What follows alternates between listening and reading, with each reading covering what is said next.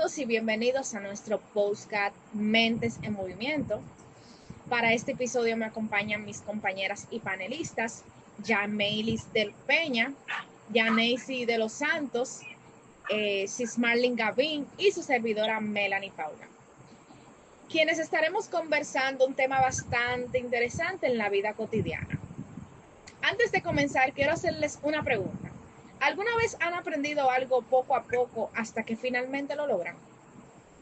Claro, sí, por supuesto. Claro que sí, así es. Por ejemplo, aprendiendo a montar bicicletas o tocar algún instrumento.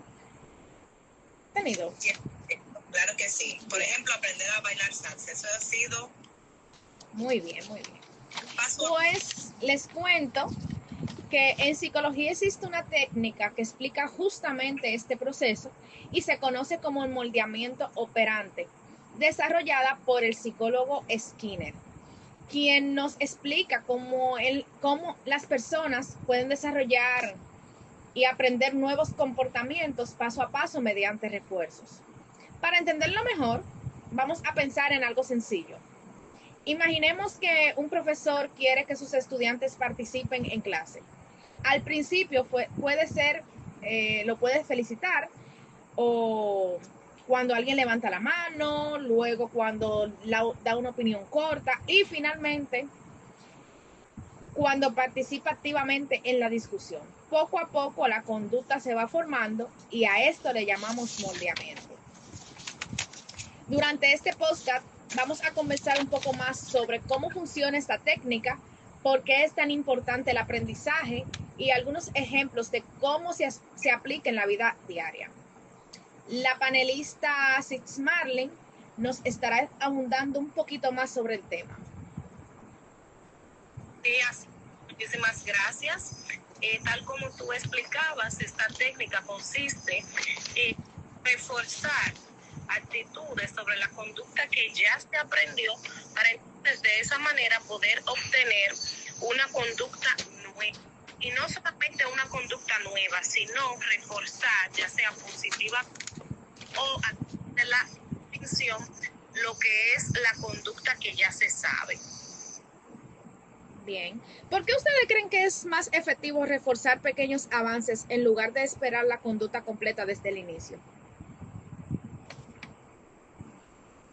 Bien, desde mi criterio, porque poco a poco es que se va, como decimos en términos más llanos, moldeando hasta lograr la conducta deseada.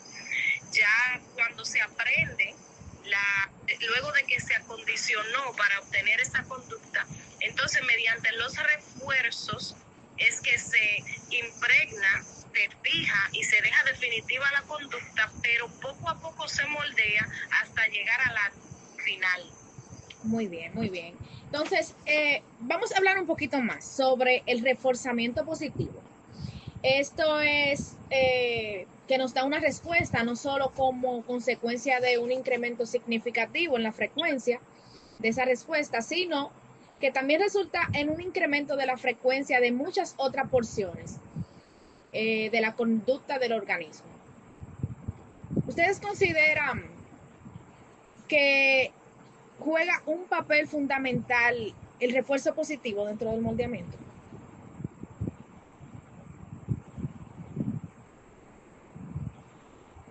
Sí, por supuesto que sí. Claro que sí, es súper importante. Bien.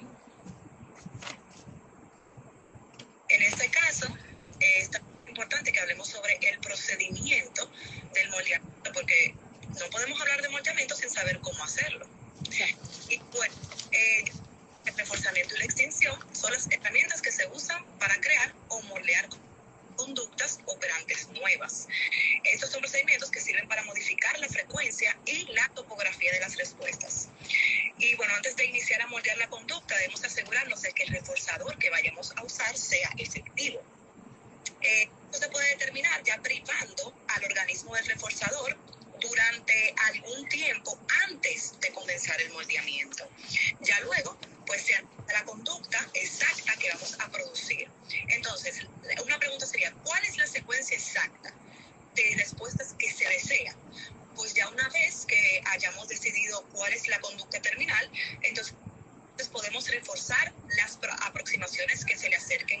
más. Entonces, los pasos del procedimiento son algo sencillo. Primero, se debe definir la conducta meta, es decir, que se debe establecer específicamente cuál es el comportamiento final que se va a lograr. Entonces, el punto número 2 es identificar el punto de partida. Es decir, debemos evaluar la conducta actual del sujeto para elegir un comportamiento inicial que ya ocurra y se aproxime a la meta. El paso número 3 ya sería seleccionar los reforzadores.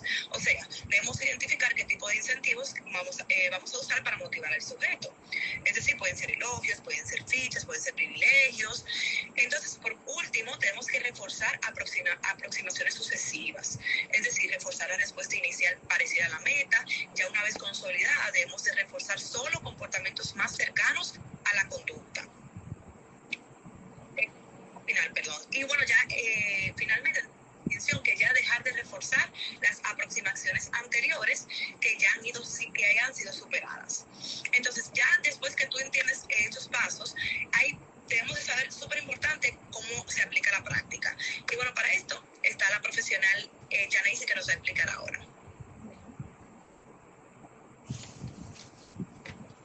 Sí, entre la práctica del moldeamiento, iniciaremos definiendo que el moldeamiento no es un evento único, sino un proceso sistemático de reforzar aproximaciones sucesivas, como habló mi compañera, permite que un organismo aprenda conductas complejas que difícilmente realizaría de forma natural, como nos habla en el libro del ejemplo del pichón, que es presionando un pedal o jugando ping-pong.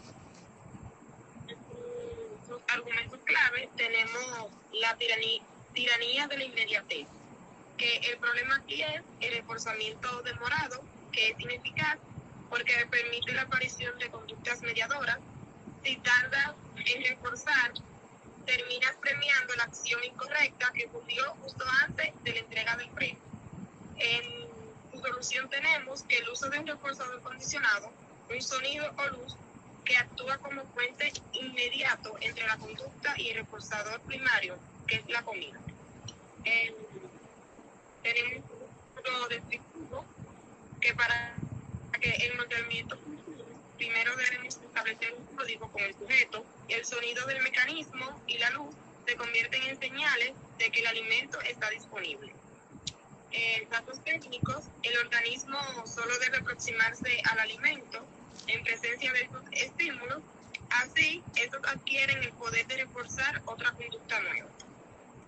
Bien, el estado motivacional o privación, que es un reforzador, solo funciona si hay necesidad. En el caso del pichón, se mantiene el 80% de su peso inicial. Esto no es solo para que coma, sino para mantenerlo alerta y activo durante el experimento. El paso a paso, que viene siendo el análisis de la conducta, este proceso se describe como una escalera.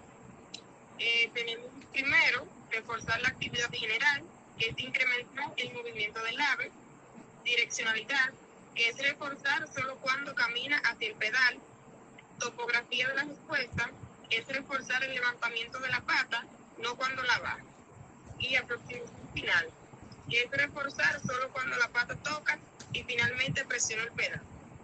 En conclusión, tenemos el moldeamiento nos demuestra que no hay límites biológicos insuperables para el aprendizaje, siempre que seamos suficientemente sistemáticos para descomponer una compleja en pequeños pasos reforzados. Muy bien, mis compañeras. Creo que el tema quedó bastante expuesto.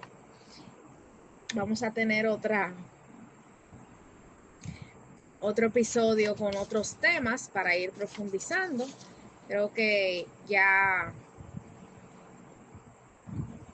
está bien. Muchísimas gracias. Gracias a todos por la participación. Muchas gracias a ti por la invitación.